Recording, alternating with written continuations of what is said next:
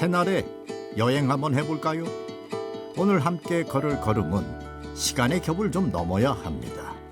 아주 먼 옛날 옛적이죠. 물건에도 마음을 싣는 사람들이 있었습니다. 옛사람들도 우리처럼 희노애락을 느꼈던 같은 사람이라는 것을 다시 한번 느끼는 계기가 됐으면 좋겠습니다. 이 다란이를 통해서 모든 분들의 소원 성취를 기원하셨으면 좋겠습니다. 색이 곱고 화려한 것만이 어디 대수던가요? 보면 볼수록 눈길을 붙드는 맛이 있어야지요. 옛적 그네들 솜씨가 그랬습니다. 그들은 손으로 마음을 새겨 담는 사람들이죠. 오늘은 그 옛날 사람의 마음 한번 느껴볼까 합니다. 나를 너무 많이 넘어왔구만. 여기는 통일신라 시대 불교 예술이 찬란했던 때입니다. 먼 시간을 거스른 이유가 있는데요. 수구다란이 이 말을 꼭 전해주고 싶어서죠. 수구다란이, 다란이라고 하면 부처의 말씀 중에 핵심이 되는 가르침으로서 그 신비로운 힘이 있다고 믿는 주문을 말합니다. 그 중에서도 수구다란이는 원래 이름이 수구즉득다란이라고 해서 외우고 쓰는 즉시 바라는 바를 이룰 수 있다라고 해서 오래전부터 유행되었던 것으로 알려져 있습니다. 수구다란이를 통해서 옛날 사람들도 아마 많은 자신들이 바라는 바를 이루어지기를 기원하였던 것 같습니다. 1200년 세월이 흘러도 변하지 않는 것이 삶의 바람. 신라 사람도 우리와 같았습니다. 건강과 재운을 빌며 한 해 무탈함을 바랬는데요. 그 이야기를 후손들이 밝혀냈습니다.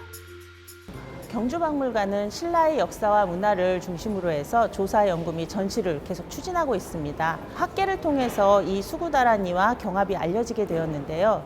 저희 박물관에서 통일신라를 대표하는 귀한 문화유산으로서 좀 더 심도 있는 조사, 연구와 전시가 필요하다고 생각이 돼서 오랫동안 준비를 했습니다. 부처의 가르침을 담은 불경은 그 종류가 다양합니다. 그중 이 수구다란이는 중생의 소원을 이뤄주는 주문, 영험하다고 소문이 자자했던 모양입니다.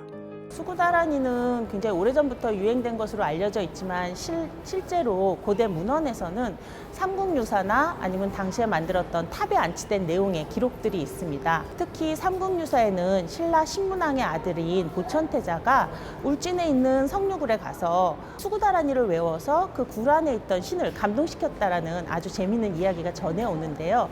사실 문헌 기록으로 많이 남아있는 것도 있지만 그 이후에 고려와 조선시대에는 실제 수구다란이 유물들이 많이 남아 있습니다.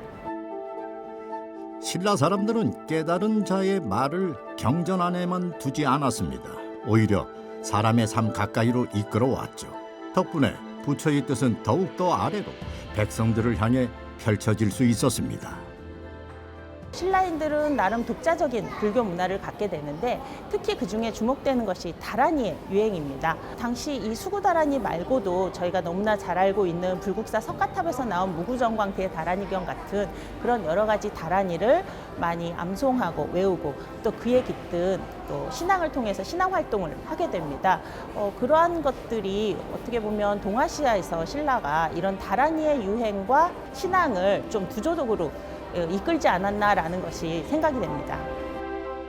사면을 향해 다란이를 베껴 쓰고 지니는 자에 맞게 가운데에 그림을 장식하는데 반드시 그 법칙에 따라야 한다.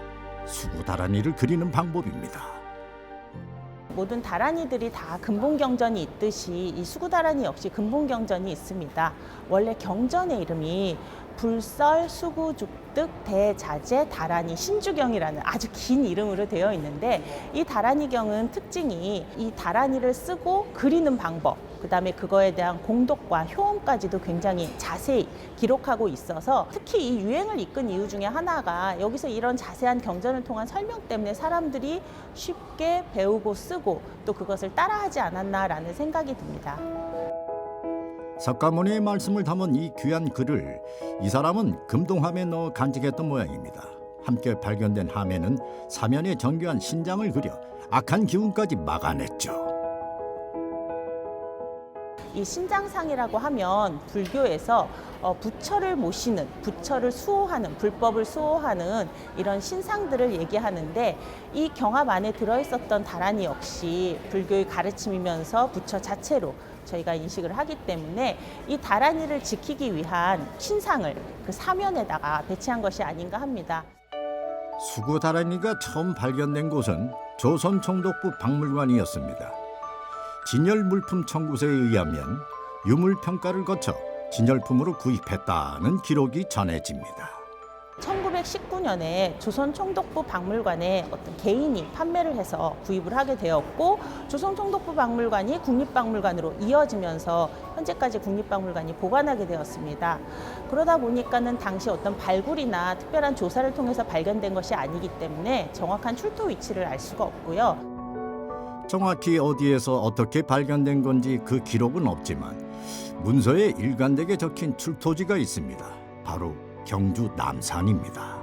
지금부터 약 한 1200년 전에 만든 건데 산스크리트어로 되어 있기 때문에 이게 혹시 인도나 중국을 통해서 수입된 것이 아닐까라는 의구심을 가졌었습니다. 그런데 과학적 조사 결과 이 다란이를 쓴 종이를 분석했더니 우리나라 당나무로 만든 한지인 것이 확인이 됐습니다. 그래서 이거는 다란이 2점 다 모두 우리나라에서 직접 제작한 것으로 확인이 되었기 때문에 지금까지 알려진 우리나라의 불교 경전 중에서 필사본, 즉 손으로 쓴 것 중에서는 가장 오래된 문화재임도 다시 한번 입증되게 되었습니다. 1200년의 시간을 넘어 우리 곁을 찾은 신라인의 바람, 평안과 안녕을 기원하는 그들의 마음이 갑진년 새날 우리에게 또 다른 힘을 전해주는 것만 같습니다. 사실 모두 다 소망을 바라고 이루어지길 바라는 어떤 기적 같은 일들은 예나 지금이나 모든 사람들이 바라는 것 같습니다. 지금 현대를 살아가고 계시는 여러분들도 뭔가 하나쯤 작은 소망 아니면 큰 소망, 어떤 기적 같은 일들을 좀 바라는 마음을 한번 가져보시면 어떨까 합니다. 걸음을 좀 더 내디뎌 봤습니다.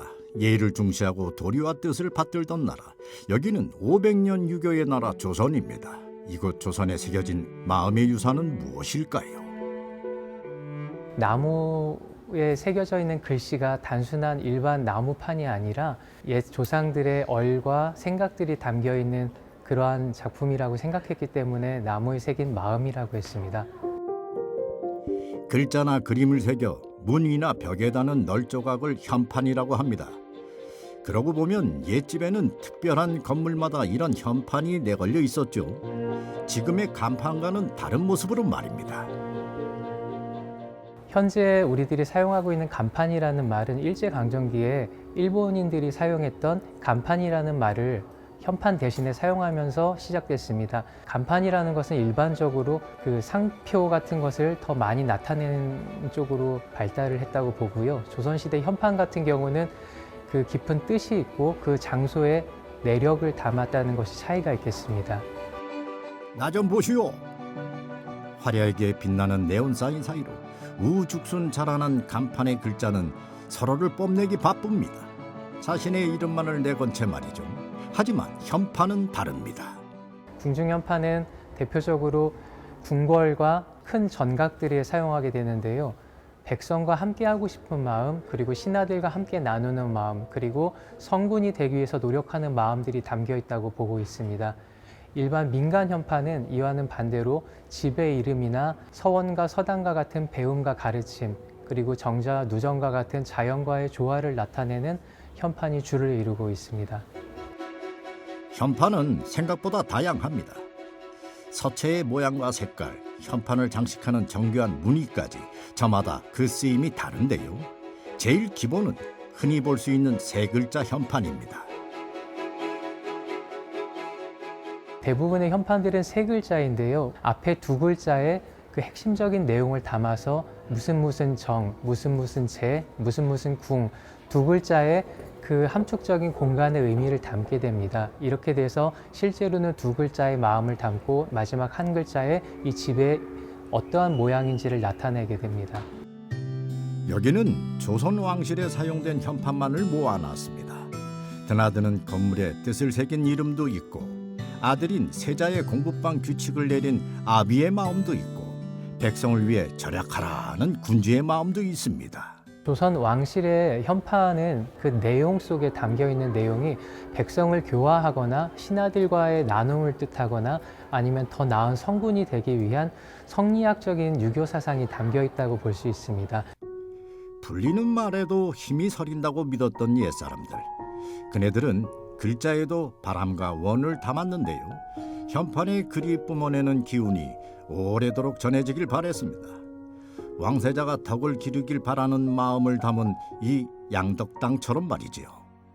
조선왕실의 현판은 굉장히 많은 현판들이 있고 다양한 의미를 담고 있지만 저는 이번 전시에 나와 있던 현판 중에 경운궁이라는 현판이 남다르게 생각됩니다. 경사스러울 경자에 운수 운자를 써서 경사스러운 운수가 가득하다는 이 뜻은 고종 임금이 1905년에 만들게 되는데요. 나라가 어려웠던 을미사변이 있었던 그 당시에 황제였던 고종이 직접 썼다는 것과 나라의 안녕을 기원했다는 커다란 역사적인 현장의 소리가 들어있기 때문이라고 생각합니다. 민간의 현판은 왕실의 현판보다 글자의 서체도 색깔도 좀 더 자유분방했습니다. 어느 시인의 시구절에서 따오기도 하고 집과 어우러진 자연을 묘사하기도 합니다. 이번 전시에서 민간 현판이 다양하게 등장하고 있는데요. 그 중에서도 저는 열려실이라는 현판을 좀 꼭 소개시켜 드리고 싶습니다.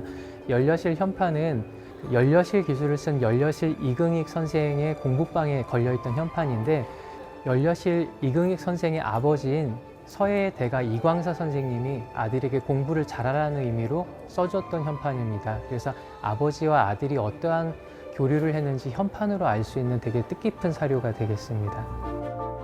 이 태촌이라는 현판은 조선시대 명필가인 한석봉이 썼다고 합니다. 이 현판은 난초를 사랑한 흥선 대원군이 난초를 기르던 공간에 지은 이름 제일난실입니다. 사람들이 지나가면서 현판을 볼 때 단순한 나무판이 아니라 그 안에 조상들의 생각과 마음이 담겨 있다는 것, 그리고 역사가 살아 숨쉬는 유물이라는 것을 인식했으면 좋겠고요. 김춘수 선생님의 꽃처럼 말을 해서 이름을 불러주게 되면은 그 현판은 꽃이 된다고 생각합니다. 그래서 더 아름다운 모습으로 우리 앞에 다가선다고 생각해서 그런 것을 느끼는 계기가 됐으면 좋겠습니다. 오늘의 색이 만든 작품도 좋지만 과거 속에 전해지는 작품도 남다른 즐거움이 있지요.